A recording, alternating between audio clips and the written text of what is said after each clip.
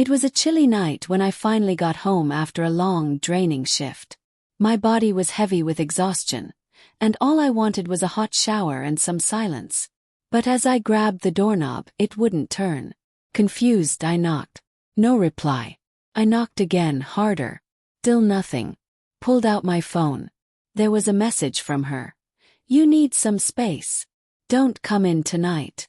My chest tightened.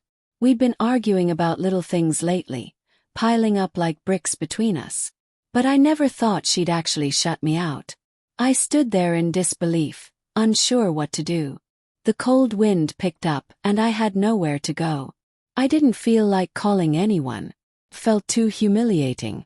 Just as I turned to walk away, I heard a soft voice. "Hey, are you all right?" It was Rachel, the woman next door. She was always polite, always friendly. I tried to brush it off, but she could see through me. I told her the situation, thinking she'd offer a sympathetic look and head back in. Instead, she stepped aside and said, "If you want, you can stay here tonight. No one should be out in this weather." Paused, unsure. It didn't feel ideal, but the freezing air made the decision for me. "Are you sure?" asked. She gave a small nod. "It's just a couch. You're welcome." That night, I sat in her living room under a soft throw, holding a warm mug of tea while she quietly went about her evening. She didn't pry, didn't ask questions. Just gave me space.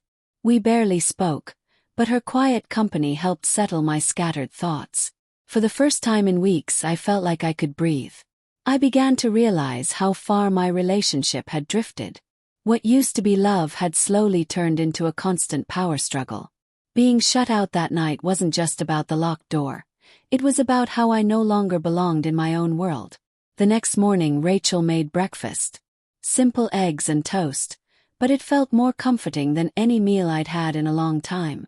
I thanked her again and said I'd find somewhere else for the night. She gently shook her head. "Stay here until you figure it out. No rush." What started as one night turned into a week. During that time, Rachel and I had meaningful talks about dreams, regrets, and the paths we take. I found myself smiling again. She never pushed, never made me explain unless I wanted to. Her kindness was steady, not loud. One evening I got a message from my partner. She asked to meet and explain her side. I agreed. We met at a quiet cafe. She talked about stress, pressure, and how lost she felt. I listened without reacting, and for once, the silence between us didn't scare me. When she asked if I wanted to come back, I said no.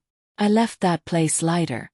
I went back to Rachel's, not as someone needing shelter, but as someone choosing calm. I shared everything with her. She simply nodded and handed me a fresh cup of coffee. "You did what was right," she said. Eventually, I found an apartment close by. Rachel and I stayed in touch. Some evenings we'd sit on her steps, talking until the sky turned orange. Sometimes we didn't need words. Just being there was enough. People asked if there was something between us. Maybe there was, maybe not. But that wasn't the point. This was about recovery. Funny enough, getting locked out turned out to be a gift. It forced me to face what I'd been avoiding. And it brought me to someone who reminded me what genuine care feels like.